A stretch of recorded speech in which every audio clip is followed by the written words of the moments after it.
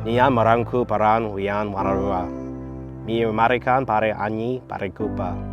Nyajan nyayan warung wian. Nyaringkai paring payir kai kau. Pangai kau nyachan kupa kau.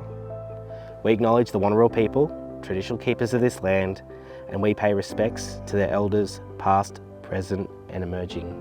Wakala, Uwala, Nyayan. Let us go together as one. Alanyura, Yitiapang Adam Fletcher, Nyachuapang Wonnarua. My name's Adam Fletcher. I'm a Wonnarua man from the Hunter Valley. Grew up in Awabakal country around Glendale. I only recently returned to the Hunter Valley, my home, my ancestral country. Now living in Maitland. This is sort of the gateway to Wonnarua country.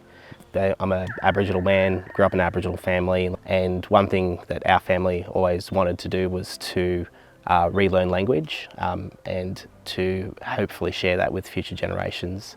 So I grew up here, went to university in Newcastle and moved to Melbourne for my job. So I'm currently working for NAB as the Associate Director for Indigenous Business in New South Wales and ACT.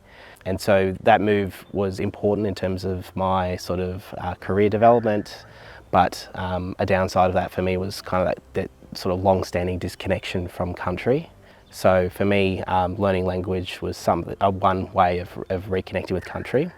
And so at the end of the pandemic, that's when I saw that Auntie Sharon was having this local community language program. My experience with Auntie Sharon's language class was really great. I think the way that it was structured, having a combination of in-person meetings of people who want to learn language together, along with a Zoom online meeting presence so that those who couldn't attend on a particular day could still join.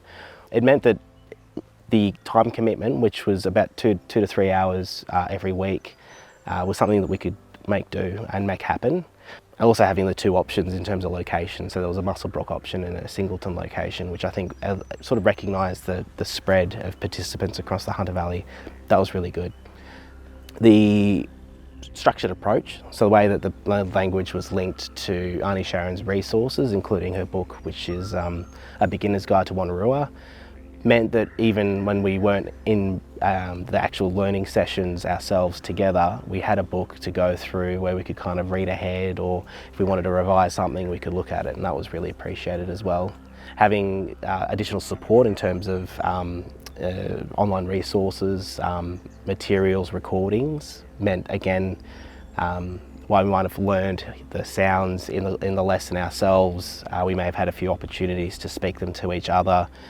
We had that kind of that resource to go back to make sure that we could kind of confirm that we're sort of saying it in the right way.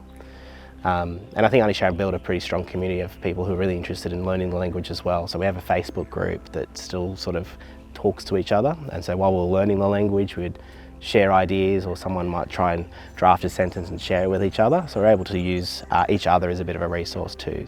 Yeah, so as a father of young Aboriginal children, one great thing about this language program has been that I've been able to share some of the learnings that I've had from the program with my children.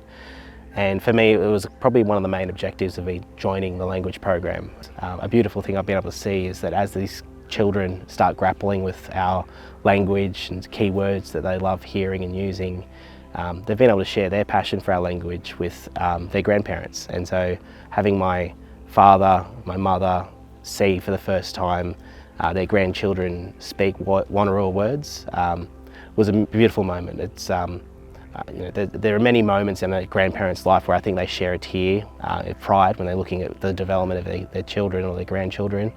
And I know I've seen many elements of that as they've grappled with it, whether it's my son calling out Yapalan if poor old Papa has kicked his toe or hurt himself, to hearing Grace talk about her passion for Patju and water, creatures and things like that.